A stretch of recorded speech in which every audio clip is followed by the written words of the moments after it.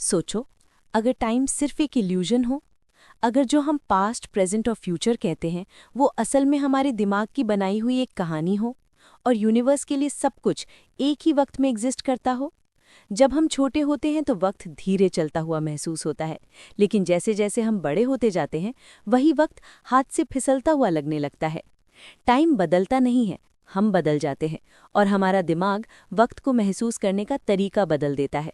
Science के मुताबिक अगर कोई इंसान रोशनी की रफ्तार के करीब ट्रैवल करे तो उसके लिए टाइम धीरे हो जाता है। जब वो वापस आए तो हो सकता है दुनिया उससे कई साल आगे निकल चुकी हो। इसका मतलब ये है कि फ्यूचर में ट्रैवल करना सिर्फ कहानी नहीं है, बल्कि साइंस के रूल्स के हिसाब से पॉसिबल है।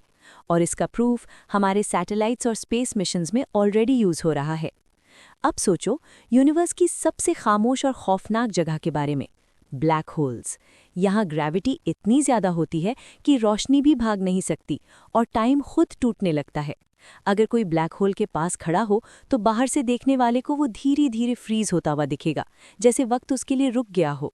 लेकिन उस इंसान के लिए सब कुछ नॉर्मल होगा, बस पूरी दुनिया बहुत तेज चलने लगेगी।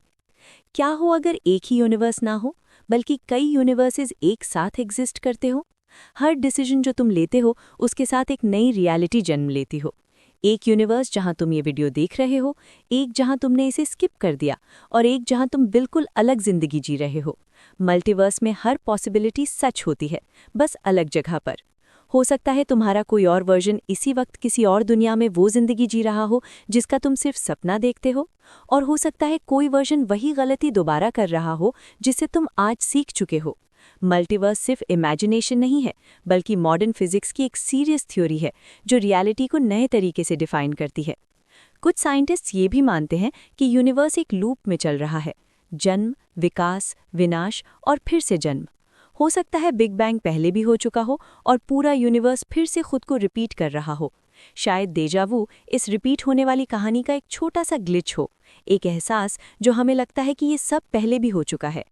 और अगर टाइम एग्जिस्ट ही ना करता हो तो?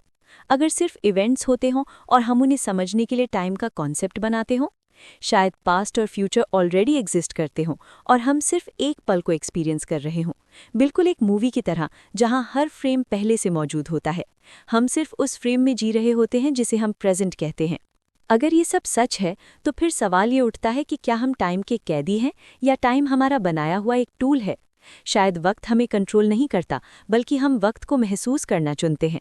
और शायद इस वीडियो को देखना भी सिर्फ एक कोइंसिडेंस नहीं था, बल्कि तुम्हारी कहानी के किसी और वर्जन में तुम ये सोच रहे हो कि काश मैंने वो वीडियो देखी होती।